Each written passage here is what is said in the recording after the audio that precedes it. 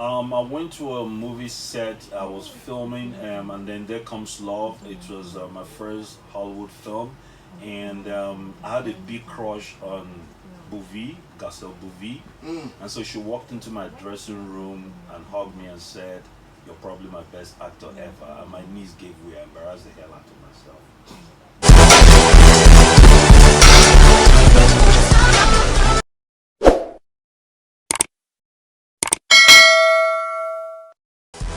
Hello there, welcome to our YouTube channel. This is the 1957 News. If you are new here, thank you very much for clicking on that link to check out our channel. Do subscribe for up-to-minute news updates and videos on demand. So today, we joined the host of Ghanaian bloggers to welcome Nigerian Multiple Award winning actor Junkie to Ghana. Here's a short but very insightful interview we had with Junkie at the airport. Wow, welcome, bad comment. You know what I'm saying? Yo, Junkie, welcome to Ghana. Thank you. Can you speak any of our dialects?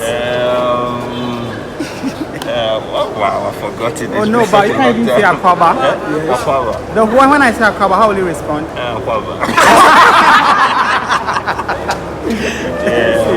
Welcome to Ghana, man. So, Etiseng. Yeah, I remember it. Etiseng. How did you know, guys? No, basically, there you'll be learning them bit by bit, right? Yeah, like every other day, right? Every other day. Where's Papa though? What is that? Papa. The car is here. Okay, so maybe will you give me a welcome address? As like, any welcome address. I'm horrible with that job. Any welcome address. What can I say? So something quick, Listen, we just created what it's probably, what's the guy? You need to catch this Yeah. So we are listening. from the back. Okay. It's the ball. So I think we just created what might be the most important film in recent times. It's called Backcoming. It's the film I think that bridges the millennials as well as everybody from every creed, religion, class, and affiliation. It's Nigeria right now considers it the best film that's ever been produced. A lot of pundits have termed it the best film ever I've ever made in my career. I executive produced it, and then a good friend of mine, Paul Moses Inwam, that's extremely good at this, directed it. So I hear Ghana is just coming out of the COVID era in cinemas. So I decided that it's time to become a part of this culture. There's a movement already. We've done 6 premieres back home. So we thought, let's do Ghana before we begin to go to Amsterdam, we have Amsterdam, London, Houston, and Paris. This is the last African tour before. Alright, so ever since we told you you're coming, your fans on all our major platforms, HFM, Joy FM, Joy Prime TV, everybody's looking out for it. What's your expectations tomorrow? This is like the third home for me. Pardon me, US is my second home. So this is like a third. I love the people here, and I think I get so much love back here as well. It's Ghana is a place I've lived in. Some of my best friends are here. I'm not just coming to visit. I'm coming home. So this is home for me. What's the first food you're going to be eating? Watch it. All right, that's great. Yeah, so that was a quick interview with Junkie at the airport. After that, we headed to Angel FM, ABN's Angel FM, for an interview with Ochami Kofi. Here is parts of that interview.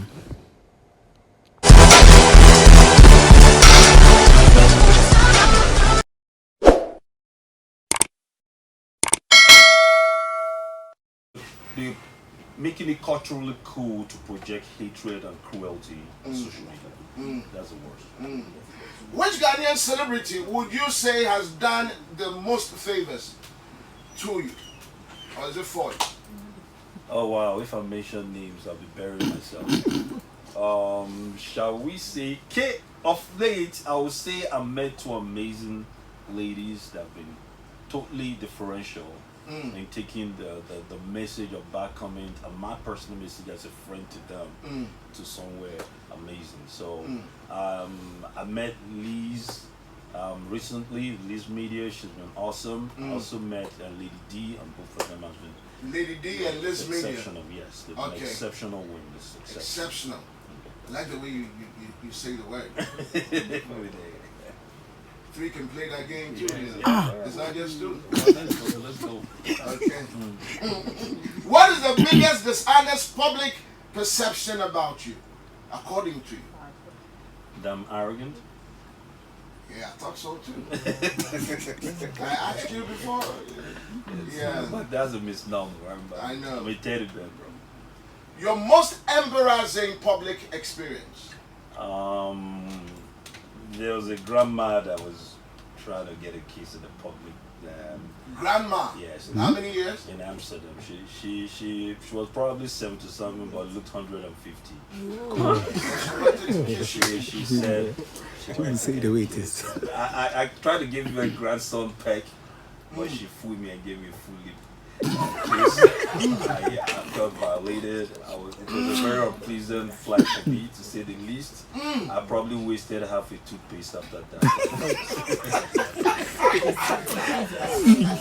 I don't know, offense, but that's my most embarrassing. You got kissed by a 70-year-old. Yeah. I was coming there. She told me last minute. And then oh yeah, tongue out and everything. I felt horrible. You serious? Yes, still horrible. Please don't remind me anymore. What do you mostly spend your money on, Jamaica? Investments. I'm very investment prone. I'm a cowboy with investments. I believe that money shouldn't be stored. It should be sent to work, in essence. And that is what builds a legacy, and that is how wealth is defined. Have you ever returned to an ex-girlfriend or relationship? Yes, I try to make sure that I don't burn the bridges with exes. Okay. Because recently I found out that, I was doing a lot of business with one or two exes that, so I thought burning bridges never work. Who, in your opinion, has the best work ethics? One from Ghana, one from Nigeria. I have keenly observed one person that's an older friend of mine. His name is Felix Achibiri. He's a mentor to both of us in so many regards. Felix Achibiri. Yeah, he's a chairman of one of our companies. Yes, his work ethos is unparalleled. He's also one of the smartest men I know. Secondly, from Ghana, I recently started looking at this dude. His name is, he's not a popular guy, but he's been to Nigeria a couple of, his name is Abel Api or something like that. Abel Apia. Yeah, and he's brilliant. He's a Ghanaian young man, just 42, very unassuming. He helps Ubers now and then, but we know his portfolio, which runs into billions. Also, or you will never know the way. He's a very simple guy. That is the kind of guy I want to really. Awesome. The most memorable movie set you've been on in your entire career? I went to a movie set. I was filming, and then There Comes Love. It was my first Hollywood film, and I had a big crush on Bouvi, Garcelle Bouvi, and so she walked into my dressing room and hugged me and said, "You're probably my best actor ever." And my knees gave way. I embarrassed the hell out of myself. Your knees gave way. Yes, I said. And you embarrassed yourself. Yes, I embarrassed myself. Can you please go a little deeper? Well, the point was that, I was busy, being the big man, just chilling, ignoring her. So when she hugged me, I had nothing to say. The words I wanted to say got stuck in my head. That was my crush. My crush right there. Your knees gave up. I just messed up. Did you go down? The first day I met my crush, I messed up.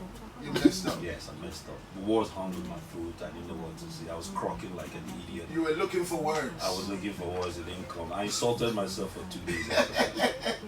But we're best friends now, so I keep wondering what I saw in the first place. You know when you get past your crush. Okay, now that's a very interesting narration. Let me go here. What is the weirdest way a lady has used to make advances at you? Because what you described could be an advance, the weirdest experience I've had with a with a lady trying to get with you. Should I tell the story or is it necessary? Okay, well, I had an experience once somebody that freaked me out. So every venue I got to in any city, and I went to a public event, this person will find my number. I didn't know how she would find my number. It was later found, of course, and describe exactly what I'm wearing. Exactly, and she told me where I'm sitting. So at first I was trying to shrug it off like it's no big deal, but it got. I was country hopping. I was on holidays for 3 months, so everywhere I went, like I'm sitting here, she would call and say, "Oh, you look good in brown," and I start looking at her like, "What? Who is? You know? You understand?" But that's talking. That is a whole different. It was obsessive. It was at some point. So later I found out that there was somebody in my inner circle, an XPE I fired, of course, that she bought in my team and was using him to figure out where I was and what I was doing all the time. So it was very harrowing, to say the least. Okay, brace yourself for this one because I'm going to need the truth. How many Ghanaian women have you dated so far?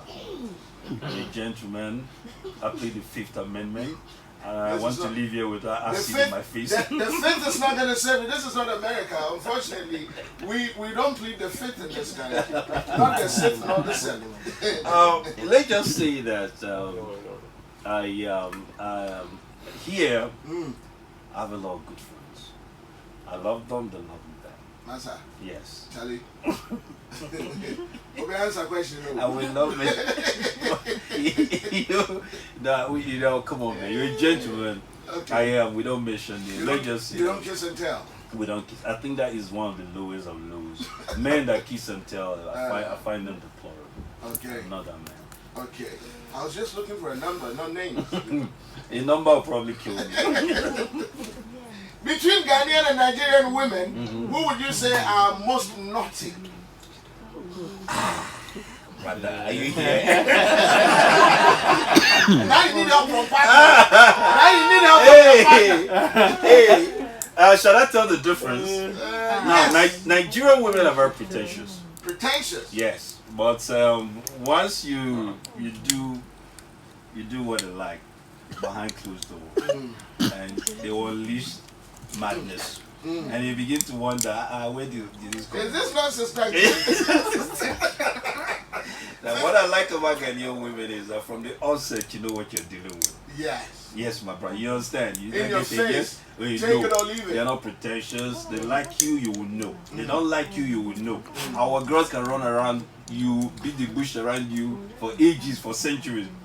And then one day when you break the dam, you find out that they were dying in silence. I'm happy to say that my Ghanaian friends and women, they don't have such compulsions. If you're cool, you will know. If you're not cool, they will also tell you. They're extremely vocal women. Okay, so what are the... Okay, let me put it this way. Your three most, or your three favorite African countries. Simple. Mauritius. Mauritius is one. South Africa is really cool. That's Cape Town. SA, Love Cape Town. And aside Ghana. Yeah, I like Ghana. You like Ghana. I like Ghana enough to Mauritius, have in it. Cape Town, and of Ghana. course, Accra. Ghana.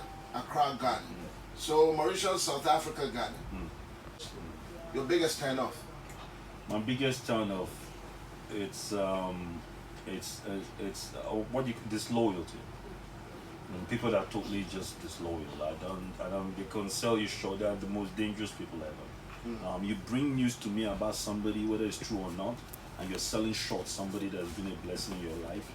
I feel that you can reciprocate that thing to me once I take you in. So I make a point of focus my life never to take in disloyal people. Disloyal Whoever people. you're between, I'm sure it's just a question of time before you betray me. It's just a matter of time. Which team will you never support in your living life? I don't even like football. Thank you. As a team. Okay, so never, Yes. ever. Yes. There's a team back home called Iyke United. My brother, they have to be the ones that if they send them to me for 0 CDs, I will not buy. You know, man. Iyimba, Yes, a lot of things. they're always losing. My brother, it's in their blood. That's not us now. They have Arsenal blood. Okay, so what is the craziest thing you've done for love? I There's somebody I was seeing, like we finished talking the night before. I think that was the craziest ever.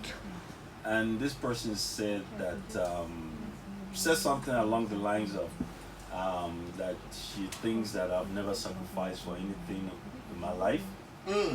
And I wanted to prove to myself that I was capable of a different kind of exhibition of love. So we finished speaking about 4 a.m. By 6 a.m. that morning, I'm not almost 7 because that was BA. I was on a flight to London, and by the time she was getting out of work, I was holding flowers outside our home. Was she surprised? She passed out. She passed out. Why wouldn't you pass out? You just finished speaking to about 4 a.m. About 5 p.m. in the evening, they're outside your house with flowers. And she was certain I was in Nigeria, so she didn't understand the arithmetic of it. We just dealt with emotion. I just wanted to prove to myself that. Is this person still in your life? Sadly, no. Because I was My in. brother. No. You know it doesn't work like that.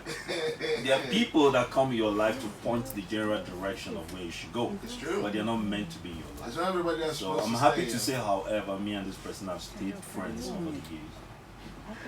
Have you ever found yourself in a near-death situation? Something that almost took your life? Almost every week. It happens to you every week. Something. I'm an adrenaline junkie. I'm always trying to do something to push the barrel. There was a time in my life after I had my son, I started experiencing something that was totally alien in my life, which is fear. I do not entertain any measure of fear in my life. So I was careful the way I was investing. I was careful with travel plans. I was careful with money. I was careful with who I was dealing with. I was careful in even people that were just low. I just didn't want to offend them, but I just felt I should stay safe. I was playing it safe in life. And that was very alien to me. That was fear factor coming in my life. So in order to remind myself of who I am and what I stand for, I had a short holiday in Zambia, and I went to do the bungee jump. It was 313 meters upside down, jumping down, and nearly because it's a crocodile infested river down. As a matter of fact, you sign that if anything happens to you, you're on your own. So be it. Before you go, it's on my IG page. So I jumped. After I jumped and I survived, that was a reminder of the kind of person I am. I'm a fucking lion, man. Yeah, danger. Okay, so now this one is faster. What was the funniest thing that ever happened to you, or what is the funniest thing that ever happened to you during sex? The funniest thing that ever happened to me during sex was I was with someone and her dad came back, and I had to hide under the bed. So you were in this lady's house? Yes. And the father had gone out? Yes. And whilst you were in there? It was my last year in uni.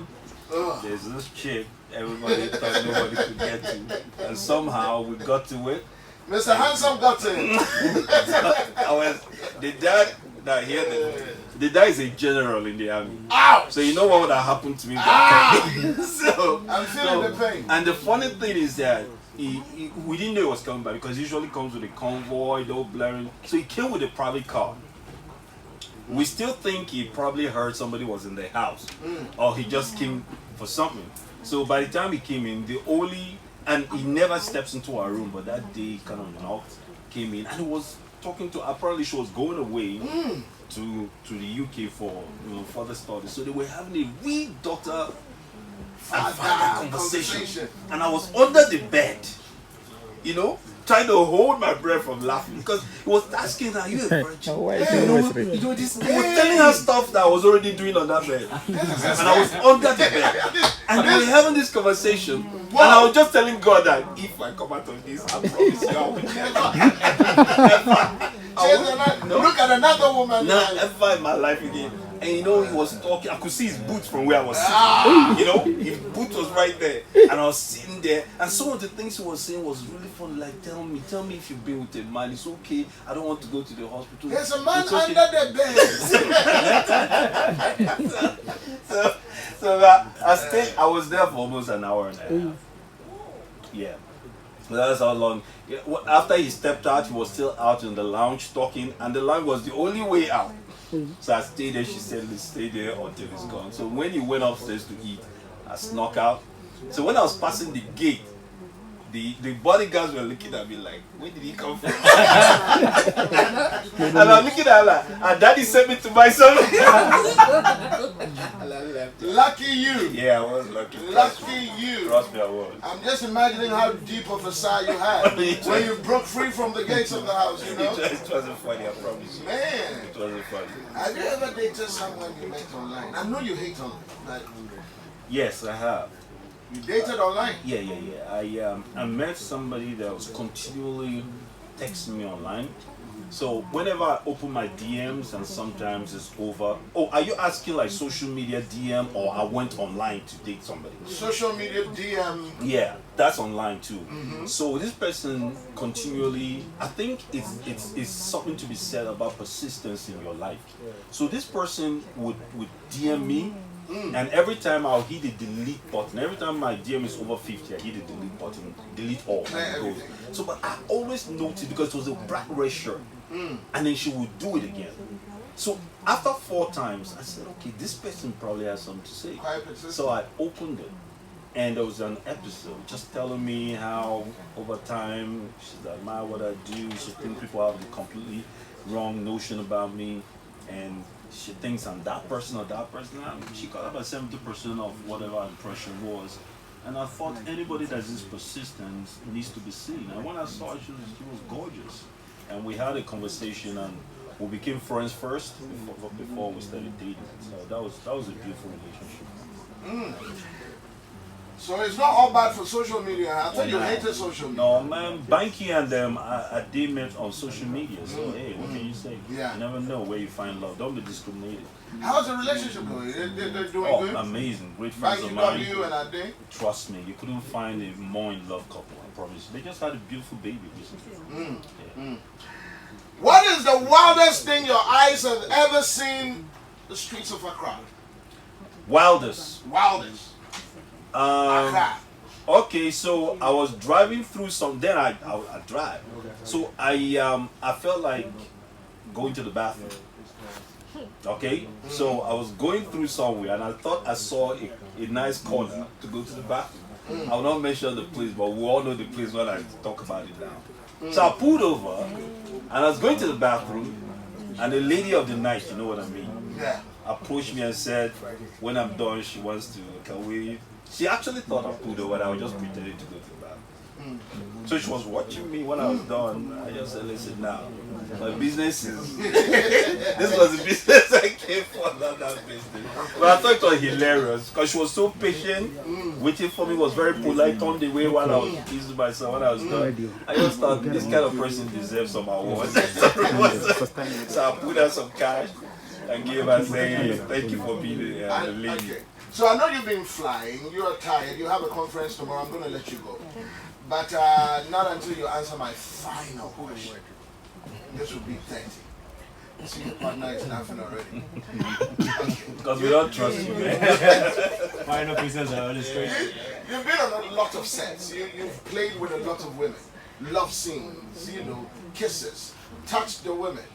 Do whatever it is that you will have to do to get the role played. I know where you're going. The answer is yes. I don't even know my question. I know the question. Okay, can you Because tell? I have been on a set where I was also dating the person, Okay. and it's not who you think. It's somebody else. Okay? Yeah, so thank you very much for watching coverage of the Mike's First Day in Ghana. After a long while, we'll catch you on the flip side. Until then, bye.